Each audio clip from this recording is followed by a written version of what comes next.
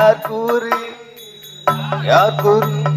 நான் ஒரு ராஜா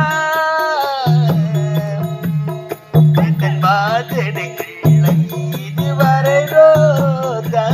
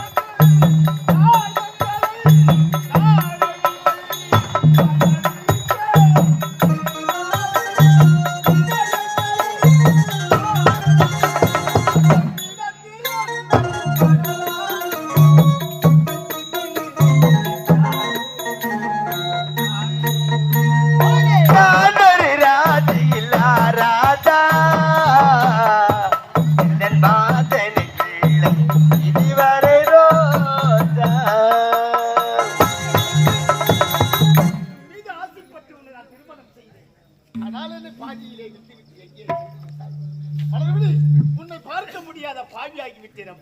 விதி விதியாக உன்னை தேடிக் கொண்டு வருகிறேன். மலர்விழி, நீ இருக்கும் இடம் எனக்கு ஒன்றுமே புரியவில்லை. மலர்விழி, உன் மீது காதல் கொண்டுதான் ஆசைப்பட்டேன். உன்னை நான் திருமணம் செய்து என் மனைவியாக உன்னை ஏற்றுக்கொண்டேன். இந்த வாழ்வில் நான் வாழ வேண்டும், சந்தோஷமாக இருக்க வேண்டும் என்றெல்லாம் நான் கற்பனையோடு என்னை மறந்து எங்கே சென்று விட்டேன். மலர்விழி, உன்னை பார்க்க முடியாத பாவியாகி விட்டேன். அம்மா மலர்விழி, உன்னை நான் தேடி வருகிறேன். யார் நீங்க? நான் யாரை என்னுடைய தம்பியை கொன்று விட்டாயே. அவருடைய அதிவீரன்.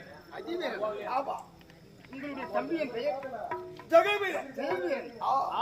ஐயா, உன் தம்பி என்ன வேலை செய்தார் தெரிகிறதா? என்ன செய்தார்? ஒரு பெண்ணை நினைத்தால் தங்கையாகவும் தாயாகவும் நினைக்க வேண்டும். அவனை தாரமாக நினைக்க கூடாது அல்லவா? அப்படி இருக்கும்போது ஒரு பெண் தன்னும் தனிமையிலே அவள் மாட்டிவிட்டாள். அவளிடத்திலே காதல் கொண்டார் உன் தம்பி. அதை நான் தடுத்தினேன். எத்தனையோ வார்த்தைகள் எடுத்துரைத்தேன். அவர் மறுத்து விட்டார். அடைந்தால் இவளை நான் அடைவேன், இல்லை என்றால் இவளை கொண்டு விடுவேன் என்று கட்டளையிட்டார். அப்போது என்னிருக்கும் இருவருக்கும் போட்டி நடந்தது. அந்த போட்டியிலே இருவரும் போட்டி செய்யும் போது என் கையில் இருக்கும் கட்டாரி அவரை கொண்டு விட்டார். நான் சொல்லவில்லை, அவர் என் கையில் இருக்கும் கட்டாரி தவறியவர் தான் கொண்டு விட்டார். என்னுடைய தம்பி தவறு செய்தார். அவனை எங்கே கொண்டு வர வேண்டும்? நீதிமன்றம் கொண்டு வந்திருக்க வேண்டும். அவன் செய்த குற்றத்திற்கு தகுந்த தண்டனை நான் வழங்கியிருப்பேன். அதை விட நீ யார்? நாடு கிடையாது, நகரம் கிடையாது, உற்றார் கிடையாது, உறவினர் கிடையாது. நீ என்ன நீதிபதியா? இந்த நாட்டுக்கு நீதிபதி நான் இல்லை என்றாலும் சரி, எங்கெல்லாம் மனித நடக்கிறதோ அங்கெல்லாம் நாடமணி விடை கொண்டு காத்துக் கொண்டிருந்தேன். நான் சொல்வதை கேளுங்க. நான் ஒன்றும் குற்றம் செய்யவில்லை. குற்றம் செய்திருக்காய். உண்மைதான். ஆமா, என்னுடைய தம்பியை எந்த கரத்தால் எந்த கையால் கட்டாரி பிடித்தாய்? அதை காட்டி பார்க்கலாம். எந்த கரத்தால் கரத்தை பிடித்தாய்? கட்டாரி பிடித்தாய். வலது கையால் தான் கட்டாரி பிடித்தாய். எப்படி கட்டாய்? காட்டு பாருங்க. காட்டு. அப்படித்தான்.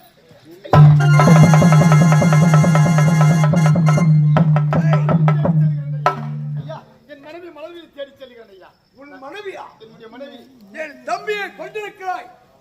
உன்னை உயிரோடு விடமாட்டி இப்போது பாதாள சிறையில் அழைக்கிறேன். என்ன நடக்கல் பார்த்தார்.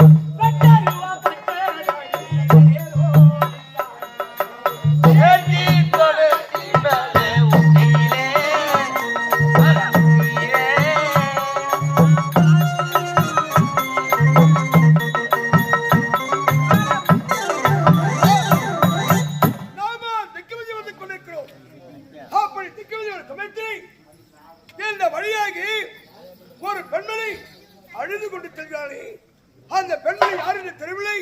பின்தொடர செல்கிறேன், வருகிறேன்.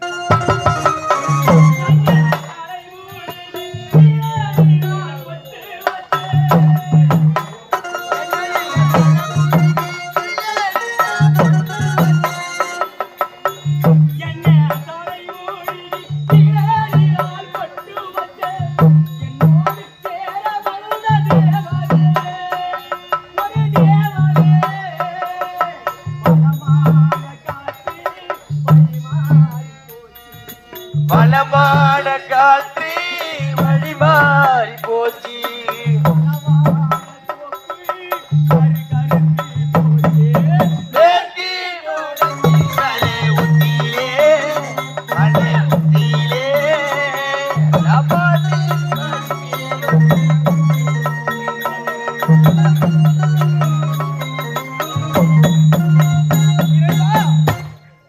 இந்த உலகத்தில் இறக்கவே கூடாது, என் உயிரை போக்கிக் கொள்ள வேண்டும் என்று நீதிபதியாக சுற்றி வருகிறேன். நான் எதற்காக சுற்றி வருகிறேன்? இந்த உண்மையெல்லாம் எப்படி தெரிய வேண்டும், நாட்டு மக்களுக்கு எப்படி தெரியும், அவருக்கு விளக்கமாக சொல்ல வேண்டும் என்றால் இந்த கதையை சொல்லாமல் சுற்றி கொண்டு வருகிறேன். நான் வீதி வீதியாக சுற்றி வந்தாலும் என்னை ஆதரிப்பார் ஒருவரும் கிடையாதா? என்னை ஆதரிப்பார் ஒருவரும் கிடையாதா?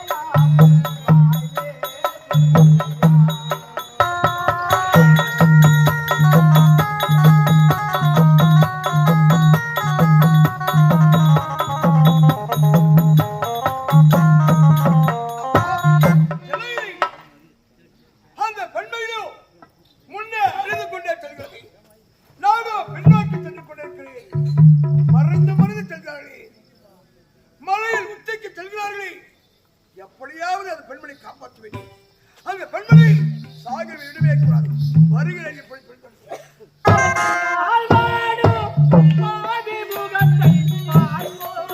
இல்லையா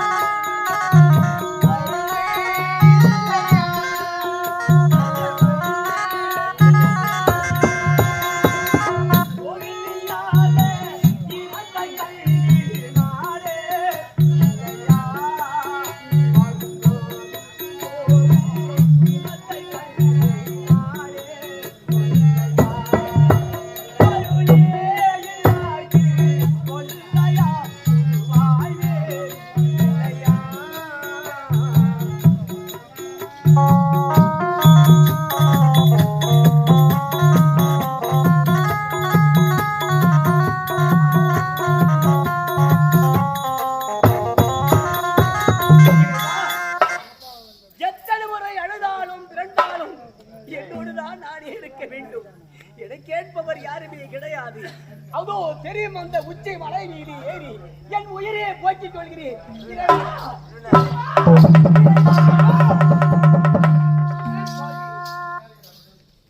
நீ சாக பிரதமன் அல்ல, வாழ பிரதமன். ஐயா, யார் நீங்க? நான் சாகும் நேரத்தில் இறந்த நேரமே இது நல்ல நேரமாக கிடைத்து விட்டதா? என்னை சாக கூடாது என்று தடுத்து விட்டேன். இறைவா, நீங்கள் யாருங்கள் சுவாமி? ஆமாம், என்னுடைய நாடு சிவ சக்கராமணி நாடு. என்னுடைய பெயரோ அதிவீரன். இந்த காலத்து வழியாக வரும் சமயத்திலே பசி பசி என்று எழுதி கொண்டிருக்கிறார். அம்மா, இதுவா காலகம்? இந்த காலகத்திலே இடத்தில் ஒன்றுமில்லை. ஆனால் இன்னைக்கு சாக பிறந்தவல்ல, வாழ பிறந்த ஐயா, இன்னும் சில காலம் வாழ வேண்டும். ஆகையால் அந்த பசியை போக்குவதற்காக உனக்கு ஒரு வழி சொல்கிறேன். ஐயா, நான் வீத வீதியாக சென்று வரும்போது என் பதினாக தீர்ப்பவர் யாருமே கிடையாது என்று என் உயிரை போக்கிக் கொள்ள சென்று விட்டேன். நான் அந்த நேரத்தில் வந்து என்னை காப்பாற்றி உன் பதினாகத்தை நான் தீர்க்க போகிறேன் என்று சொல்கிறாயே, அதுவே போதும் சுவாமி. ஐயா, இது காடகம். இந்த காடகத்திலே ஒன்றுமில்லை. அந்த பசியை போக்குவதற்கு ஒரு வழி சொல்கிறேன். உன்னுடைய இரு கரத்தில் இருக்கிறார், கண்டிப்பாக பசி போக்குவான். என் பதினாக தீர்ப்பவருக்கு வழி சொல்கிறீர்களா? உண்மையாக அப்படி என்றால் என் இதை கரைத்து நீக்க வேண்டுமா? நீக்கம் தாய். சுவாமி, சொல்லுங்க சுவாமி.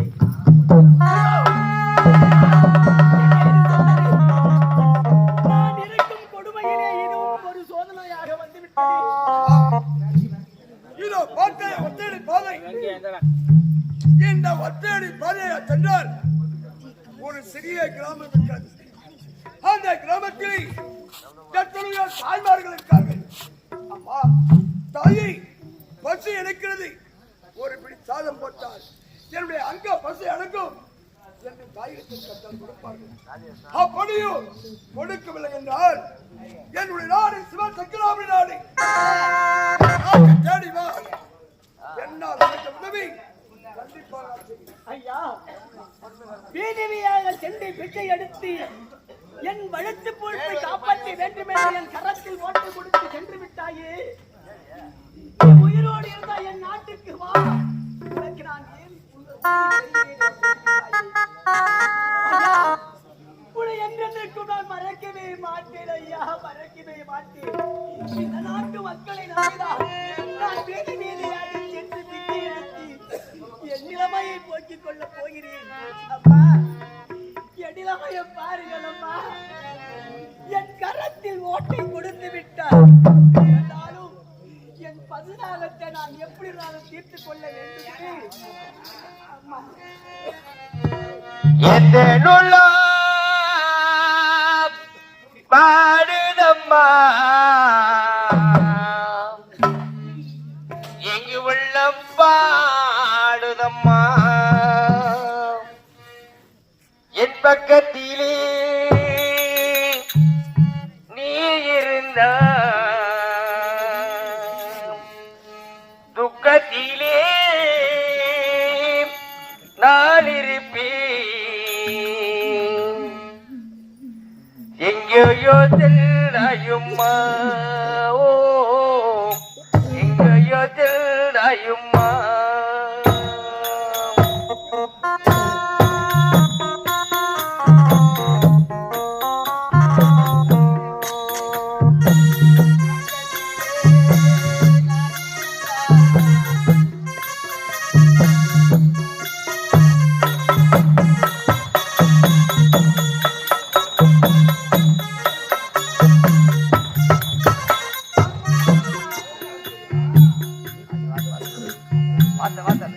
இறைவா, என்னை பெற்றெடுத்த தாயம்மை என்னை விட்டு எங்கேயோ போய்விட்டார்.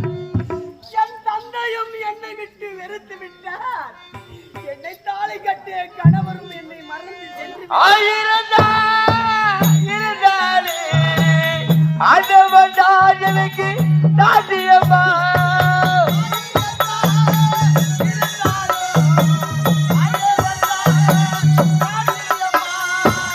ஆயிரந்தா இருந்தாலே சிவனிதா எனக்கு சாத்தியம்மா கற்பனையிலே களவாதி காவியமெல்லாம் புயலாதி போனதெல்லாம் போகட்டது என் சிவனின் உயிரை என்னை விட்டு போவதென்னே என்ன பாடுதம்மா இல்ல பாடுதம்மா பக்கத்திலே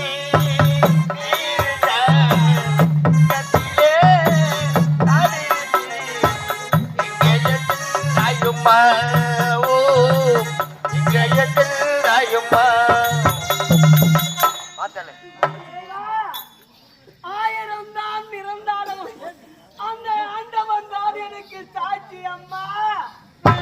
அந்த ஆண்டவன் தான் எனக்கு சாட்சி அம்மா.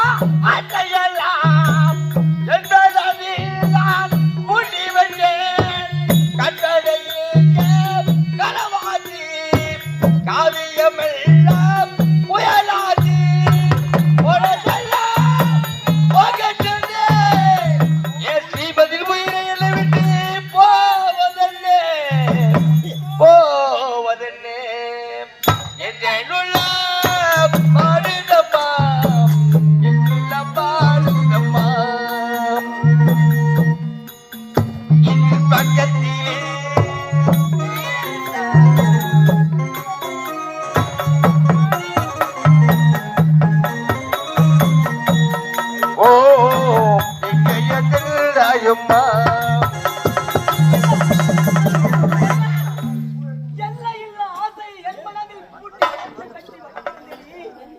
இது யாரிடத்தில் சொன்னாலும் கவலை தீராதா? நான் எங்கே சென்றாலும் கவலை தீராதா? இறைவா, நான் என்ன செய்வேன்? யாரிடத்தில் முறையிடுவேன்?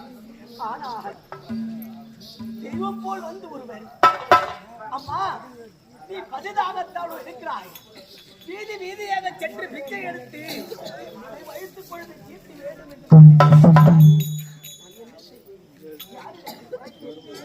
நாட்டு மக்களை நம்பிதான் செல்கிறேன். இந்த நாட்டு தாய்மார்களை நம்பிதான் செல்கிறேன். நான் எப்படி செல்வேன்? எந்த வழி செல்வேன்? நான் எங்கே செல்வேன் அம்மா? 10 மாதம் சுமந்த தாய் இருந்தா என்னை எங்கே விடுவார்களா? தத்தெடுத்த தாய் இருந்தா இந்த பாவியை இந்த நிலைக்கு விடுவாளா? ஒரு தந்தை இருந்தும் உன்னுடைய மகள் என்று சொல்லியும் தந்தை வெறுத்து சென்று விட்டாரே. நான் என்ன செய்வேன்? யாரிடத்தில் முறையிடுவேன்? அம்மா, விஷயத்தை யாரிடத்தில் நான் சொல்லவே கூடாது. சொன்னால் என்று நடக்கும் என்று என்னுடைய மனதுக்கு தான் தெரியும். அந்த இறைவனுக்கு தான் தெரியும். நான் என்ன செய்வேன்? நான் என்ன செய்வேன்? நான் பிறந்தது பெண்ணாக பிறந்து விட்டேன். ஒரு ஆணாக பிரிந்து விட்டால் அந்த ஆண் என்ன செய்ய வேண்டும் என்று ஆண் மகனாக பிறந்தவன் நினைத்தான். ஆனால் பெண்ணாக பிறந்து விட்டு இந்த பெண்ணை என்ன செய்ய வேண்டும், இந்த பூமியில் எப்படி நிலச்சி இறக்கி வேண்டும் என்று ஒரு பெண்ணு நடக்க தெரியும். தெரிந்தாலும் பெண்ணாக பிறந்தவன் எத்தனை யோசனைகள் இருந்தாலும் அத்தனை யோசனையும் மண்ணாக தான் போய்விடும், மண்ணாக தான் மறந்துவிடும். நான் நினைத்தது ஒன்று, ஆனால் நடந்தது ஒன்று. நான் என்ன செய்தேன்? எங்கே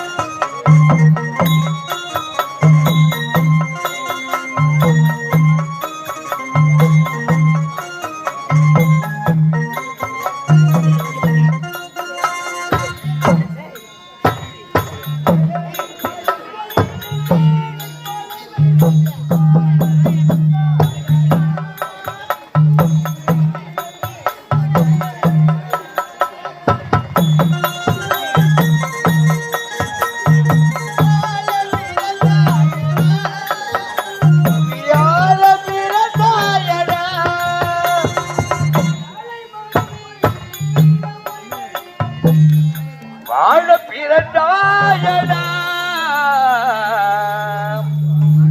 பிறந்தாயடா பணக்கொண்டி பணி கண்டு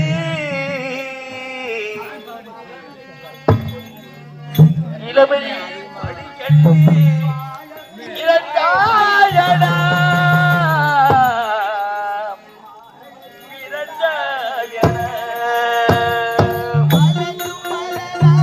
பாதி மலர் போல மலரும் வண்ணமே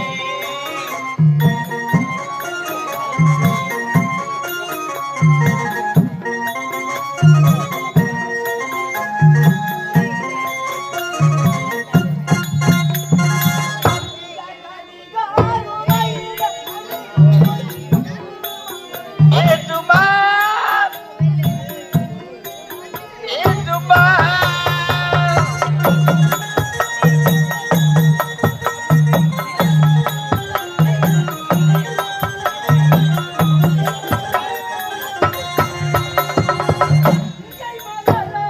வங்கை உனக்காக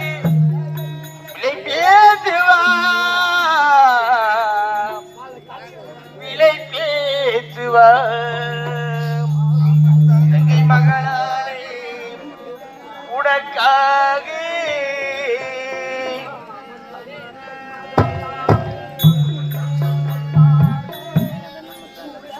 விலை பேசுவா விலை பேசுவா